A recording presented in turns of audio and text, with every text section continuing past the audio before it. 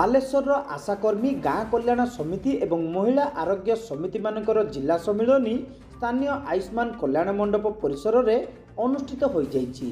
बालेश्वर जिला परिषद अध्यक्ष नारायण प्रधान यहां आनुष्ठानिक भाव उद्घाटन करने सहित उन्नत एवं उत्तम स्वास्थ्य सेवा प्रदान सह प्राथमिक स्वास्थ्यकर्मी माने सामाजिक चेतनार वार्ता वहन करथिबा मत प्रकाश करथिले। समाजर बृहत्तर स्वार्थ दृष्टि स्वास्थ्यकर्मी माने निजकु जड़े जड़े सामाजिक योद्धा भावी समाजर बहुमूल्य सेवा करने को से समस्त को आह्वान देथिले।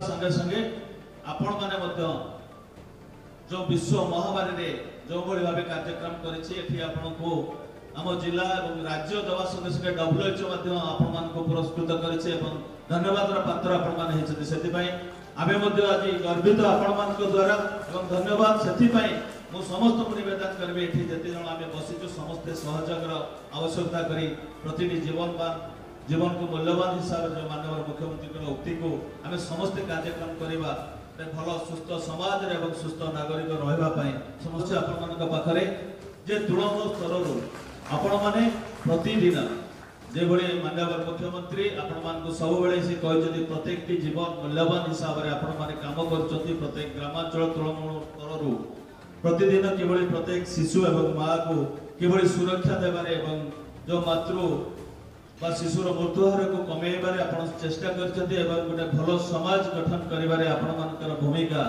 गुरुत्वपूर्ण अटे। जिकेश मध्य सही बड़ी से सहयोग आपण मानक पाखरे रखिछि प्रतिटी स्वास्थ्य सेवा किभली भाबे आगो को जाई परिबो एवं जो जन आरोग्य समिति अच्छी सी तृणमूल स्तर में किभली सेवा प्रति लोक पाई परिबे। जो जिला मुख्य चिकित्सा अधिकारी डाक्टर दुलाल सेन जगदेव एथिरे सम्मानित अतिथि भावे जोगदे आशाकर्मी गाँ कल्याण समिति एवं महिला आरोग्य समितिर सदस्य माने यथार्थरे समाज को आशार किरण प्रदान करुछंती बोली कहिथिले।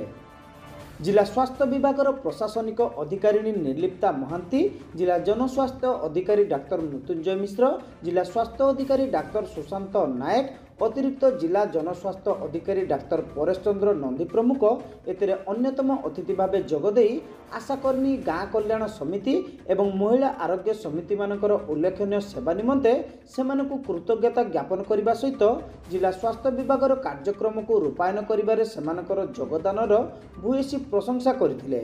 अतिरिक्त जिला जनस्वास्थ्य अधिकारी डाक्टर रंजन कुमार नायक गाँ कल्याण समिति महिला आरोग्य समितिर भूमिका संपर्क में तथ्य उपस्थापन करथिबा बेले जातीय स्वास्थ्य मिशन जिला प्रकल्प मैनेजर अनिल कुमार महांती शेष समस्त को धन्यवाद देथिले। डेपुटी मैनेजर एलिना सामल मंच परिचालना करथिले। कम्युनिटी मैनेजर सूर्यजीत राय कार्यक्रम परिचालन में सहयोग करथिले।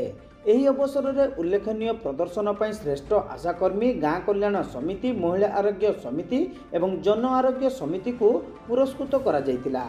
सुरेंद्र साहू, विश्वरंजन नायक, हरेकृष्ण साहू, मानस कुमार सामंत, रमणीकांत भंज प्रमुख समस्त कार्य को परिचालना करते।